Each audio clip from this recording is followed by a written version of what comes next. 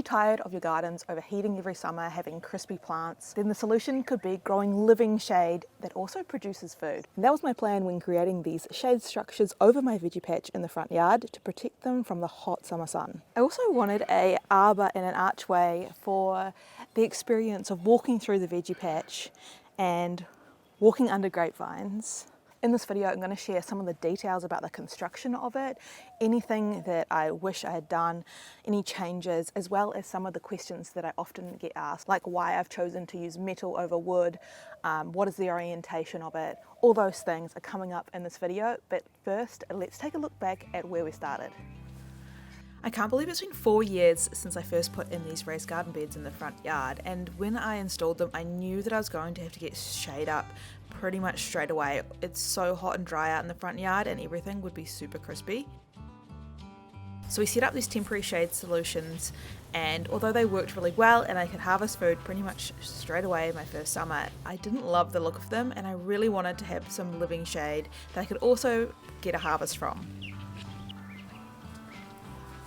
Ever since I got these raised beds, my plan was to put in some sort of structure to grow living shade on. So when you are thinking about your garden design, even if it isn't something that you're going to do straight away, just having those ideas and inspiration of what you would like in the future can help when it comes to the time. This year I also grew sweet peas, and I'm going to be planting another round of those for autumn because I would love to have those climbing up the poles. So it has 4 poles down each side, as well as 10 slats along the top. The thing about having a structure like this and having these poles is that I can grow things up each individual pole as well as along the roof of it as well. So I have grapes planted on 4 of these poles, and I do have some spare poles. These 2 here as well as the front 2 have nothing growing on them, so that means that I can utilize that space to grow annual crops and change it up every season and grow more food.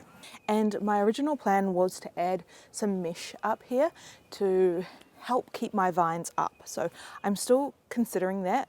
I don't know whether I'm going to do it or not, and that will be like this trellis mesh here up on top of the slats so that the vines have more structure to cling onto and they won't hang down between the slats. So I'm still undecided on whether I want to do that. And I've put string lines down here to give the vines something to cling onto when they're just young, because these poles are quite wide and little tendrils struggle to climb up there, so having a string line is helping them get up to the top. Alright, so why did I decide to grow grapes? One of the reasons is that I have just always wanted to grow grapes and I didn't know where else to grow them because they need a really sturdy structure. So grapes are a perennial, they're going to grow back every year, and the vines are going to get thicker and heavier every year, so they really do need something that is strong enough to withstand years and years of growth. Another benefit of having grapes over this arbour is that it is very hot out here and quite dry, and grapes are a really drought tolerant hardy plant, so they don't mind the full sun, and here in Perth full sun is a different level of full sun. So I decided to grow grapes for a few reasons. One of them is that they are deciduous, so they lose their leaves in winter and let the light in. And that was something that I needed to consider because this is my annual veggie patch. So I didn't want it shaded out all winter because I would really struggle to grow things. So letting that light in winter was important. Grapes are also a really delicious crop, and having homegrown grapes is so different to buying store-bought grapes. I haven't had homegrown grapes in years, and I am so excited to be able to be just coming out here and picking some delicious sweet grapes. So I decided to plant 4 different varieties, mainly because I couldn't decide, and also each variety of grape is going to come with different strengths and weaknesses. Some are going to be more susceptible to certain pests and diseases and things like powdery mildew. So I'm doing a little bit of a trial here to see what works best and also what ones I like the flavour of. That's something that's kind of hard to do in the supermarket because all the grapes that you can purchase are not ones that you can grow at home anyway. They're all licensed, so they're not going to taste anywhere near the same. So choosing a grape is a little bit tricky, and Also, I love variety. I have over 200 different types of fruit and edible plants here in my garden, so there was no way I was going to stick to one type of grape. Now, if you lived in an area that you didn't really garden in winter, or it was going to be something like an outdoor dining area where shade and protection all year round would be a bonus, you could plant something that was evergreen, something like a passion fruit. So passion fruits do drop their leaves a little bit in winter, but in general, they're going to have a thick cover all year round. So that's one of the reasons why I didn't plant passion fruit on this, but that could be a good option if that's something you're looking for with shade, is to have it all year round. Some other options that I was considering was kiwi fruit and kiwi berry, but just here in Perth, those are going to be a little bit more heat sensitive, and so I didn't want to be planting them out here in the hot, full sun. But again, if you weren't in Perth and you did have more mild summers, then those could be some options as well. Because kiwi fruit are deciduous, they also need a really strong structure to grow on. So if you are planning on putting in something nice and sturdy, then kiwi fruit and grapes are really good options. Another question I get asked all the time is that your structure is black. Does it get really hot in summer? And surprisingly, no. That was something that I did think could be an issue, definitely. But my thoughts around that were, once I can get the grapes established, they're going to provide that shade in summer, and so there's not going to be a lot of black metal exposed because of the shade. So that was my hope, and actually, surprisingly enough, last summer when I came out and was touching them during the middle of the day or the end of the day after a hot 40 plus degree day, they weren't exceptionally hot. They were warm, definitely, but not what I was expecting. Like, I could still touch them very easily. So that was a bonus. It was a little bit of a surprise, and I was happy about that. But again, I'm going to be growing things on them, trying to keep them covered, whether or not they are here with the grapes or the spare poles. I can grow summer crops like melons and pumpkins up them. So why did I go with metal over wood? So there's a few reasons for this as well, and one of them is that in Perth, timber is quite expensive and hard to come by because we don't have a lot of forestry here. We have a lot of sand, so we have a lot of bricks, and so that means everything that is imported has added costs on it. So it was more economical for me to go with the metal than it would be to go with timber.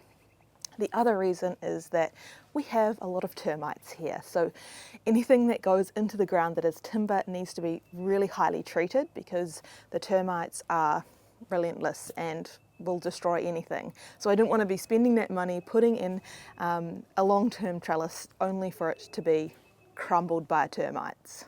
And to overcome that, the timber would have to be really highly treated, and again, that is not something that I particularly want in my garden. So for me, metal was best. Another question that I get asked is, what is the orientation of this, and would I change it if I could do it again? And no, I wouldn't change it. I actually love the orientation of it. My property is sort of north facing in a general way. It's slightly off. That means that this structure is going generally in an east to west direction. So the sun starts off here on this corner and it goes around the back of the house and finishes on the end corner. So it gets sun all day, and as well in summer the sun is very high, so the whole garden is getting scorched by sun. But sun and shade is something that you really have to consider when designing a shade structure to go over your veggie patch, because there's nothing worse than having an umbrella and the shade is way over there where you don't want it to be. So definitely consider your sun and shade. My plan is that this is going to give midday shade for the veggie patch, and then as the day goes on, the sun will track back to these far beds, and the house actually shades out the front beds first. So the shade comes in from the house, the shade will be out on the second beds from the grapes, and that will give them that hot afternoon sun protection, which is my main focus for this. My main focus is from about 12 o'clock or 1 o'clock till 4 o'clock to have that protection, because that's when the sun is at its hottest here in Perth. 3 o'clock is crispy town. So this structure is custom made. It was made by my partner, and luckily for me, he is a builder, which comes with pros and some cons as well. So one of the things is that he likes to do things perfectly and in straight lines. So there was no rushing it, and there was no winging it, which is something that I like to do. But it has worked out really well. It's nice. It's very sturdy. It's not going anywhere. It is doing the absolute perfect job for what I wanted it to do. I just need to get these grapes up on top of the vines because they're coming. So a quick rundown on the construction of this arbour is that it was made with 3 mil thick steel that we then coated in black paint, mainly done for aesthetic reasons. Placed pavers at the bottom of the footings to give a flat surface to be able to make it level.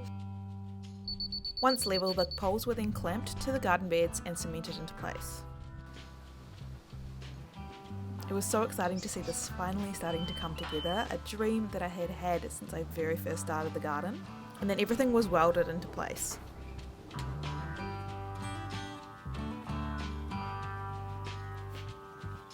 Could also be a pull-up bar if you could do pull-ups, which I can't. And if you're wondering what this all alien looking thing is up there, it is a sprinkler. So we are setting up some quick temporary watering solutions to go away. And if you are thinking about putting in a structure to grow some edible living shade on, then check out this video on 17 edible fruits that grow on vines for some ideas and inspiration, and I will see you over there.